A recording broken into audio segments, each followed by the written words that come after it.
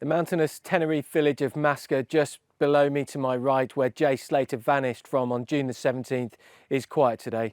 The searches for the missing British teenager have come to an end, and his family are now desperately hoping for a breakthrough. The landscape below is stunning but equally unforgiving, and its vast size perhaps explains why the police have so far been able to find any trace of Jay. To all intents and purposes, he's simply vanished into thin air. Police called off their search at the weekend after 12 days and have no plans to return here without firm leads. That doesn't mean the investigation has stopped. It continues and is ongoing.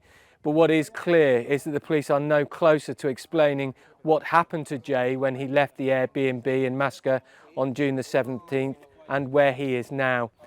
In the meantime, the last person to speak to him, Lucy May Law, has posted a picture of the pair of them together before he vanished.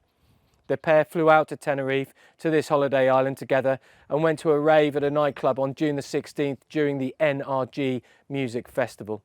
Jay vanished the next morning in this mountainous wilderness northwest of the island. In the days that followed, Lucy set up a GoFundMe page to raise money for Jay's family, who are also here in Tenerife searching for the missing 19-year-old. But in the last few days, claims and counterclaims have been made about the use of those funds, with TikTok stars withdrawing from the search amid growing rows. And so, without any new leads and no breakthrough to speak of, the vacuum has been filled by various unfounded social media claims and speculation that is simply adding to the family's distress. The latest is a video said to be of Jay, bloodied, beaten and being held captive. In reality, this video was filmed 9 years ago and does not feature Jay.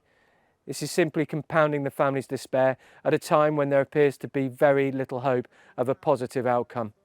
In a statement issued yesterday, Jay's mum, Debbie Duncan, said the family was going through hell, not knowing what had happened to Jay.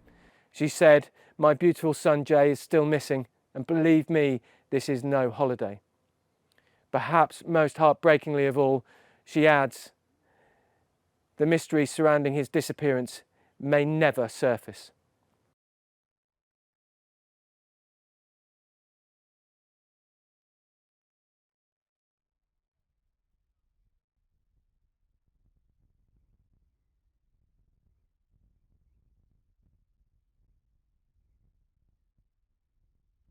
Throughout the Guardia Civil search for Jay, we haven't heard any mention of searching the sea, with no vessels being deployed for that. And now that Jay's dad, Warren, raises this as a possibility, and let's remember, Warren has been out there for some considerable time. He has walked the routes time and time again. He's thoroughly familiarized himself with the territory. I think this is a possibility that maybe should have been explored earlier on during the search. But of course, the ocean is often very slow to give up its secrets, and sometimes it simply never does. So if this is a possibility, and if this has happened, then once again, my concerns for Jay's safety are grave, and my thoughts remain with the family, who must be going through absolute torture. Taking an overview from afar, which is what I've been doing, it seems clear to me that the Guardia Civil have left some huge gaps in their investigation. A particular concern was detectives returning to the Airbnb over 2 weeks after Jay's disappearance. It seems to me that any suggestion of foul play has largely and perhaps conveniently been ignored by the Guardia Civil, who essentially want to keep Tenerife running as a tourist destination. They don't want the public to be thinking that young Brits can go there on holiday and perhaps have something dreadful happen to them. So it seems to me this has been an investigation of convenience, and now their theory has proven to be not proven.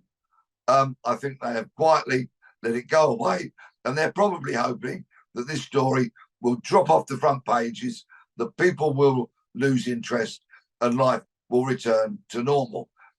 The Slater family are not going to allow that to happen. And I give them all due credit for finding the strength to carry on, for keeping this story very much front and centre of the news agenda wherever they can. And they have my utmost respect for that.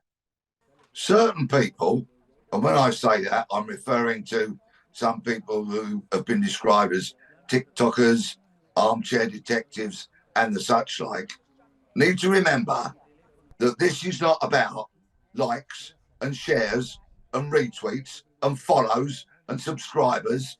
This is about a much loved 19-year-old boy who has gone missing.